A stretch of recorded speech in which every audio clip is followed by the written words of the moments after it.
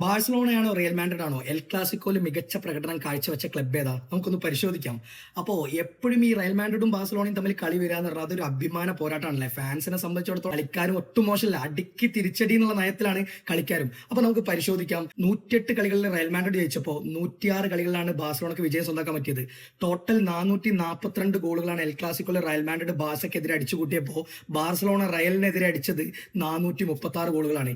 ഇതൊരു വഴങ്ങിയ ഗോളുകൾ നോക്കുമ്പോൾ റയൽ മാഡ്രിഡ് വഴങ്ങിയത് 436 ഗോളുകളാണ്, ബാർസയെ വഴങ്ങിയത് 442 ഗോളുകളാണ്. എൽ ക്ലാസിക്കോയിൽ ഏറ്റവും കൂടുതൽ ഗോളുകൾ നേടിയ കളിക്കാരൻ ആരാന്ന് ചോദിക്കുമ്പോൾ 24 ഗോളുകളുമായി ലയണൽ ആന്ദ്രേസ് മെസ്സിയാണ്. റയൽ മാഡ്രിഡിന് വേണ്ടി ഏറ്റവും കൂടുതൽ ഗോളുകൾ നേടിയത് 18 ഗോളോടെ ക്രിസ്ത്യാനോ റൊണാൾഡോ. അപ്പൊ ഇതൊക്കെയാണ് ചരിത്രം. അപ്പൊ ലാസ്റ്റ് സീസൺ നോക്കുകയാണെങ്കിൽ സൂപ്പർ കോപ്പയിലെ 5-2 വിജയം അടക്കം ഏകദേശം 4 കളികളാണ് ബാഴ്സലോണ റയൽ മാഡ്രിഡിനെ തറ പറ്റിച്ചത്. കാരണം ലാസ്റ്റ് സീസണിൽ റയൽ മാഡ്രിഡിന് ഒരിക്കൽ പോലും എൽ ക്ലാസിക്കോയിൽ വിജയിക്കാൻ പറ്റില്ല. പക്ഷെ ആ കേട് ഈ സീസണിൽ റയൽ തീർത്തു. ഒരു എൽ ക്ലാസിക്കോ നടന്നതിൽ 2-1 വിജയം റയൽ മാഡ്രിഡാണ് ഈ സീസൺ സ്വന്തമാക്കിയത്. ഇനി വരുന്ന സൂപ്പർ കോപ്പ ഫൈനലും ഇവർ തമ്മിൽ ഏറ്റുമുട്ടുന്നുണ്ട്.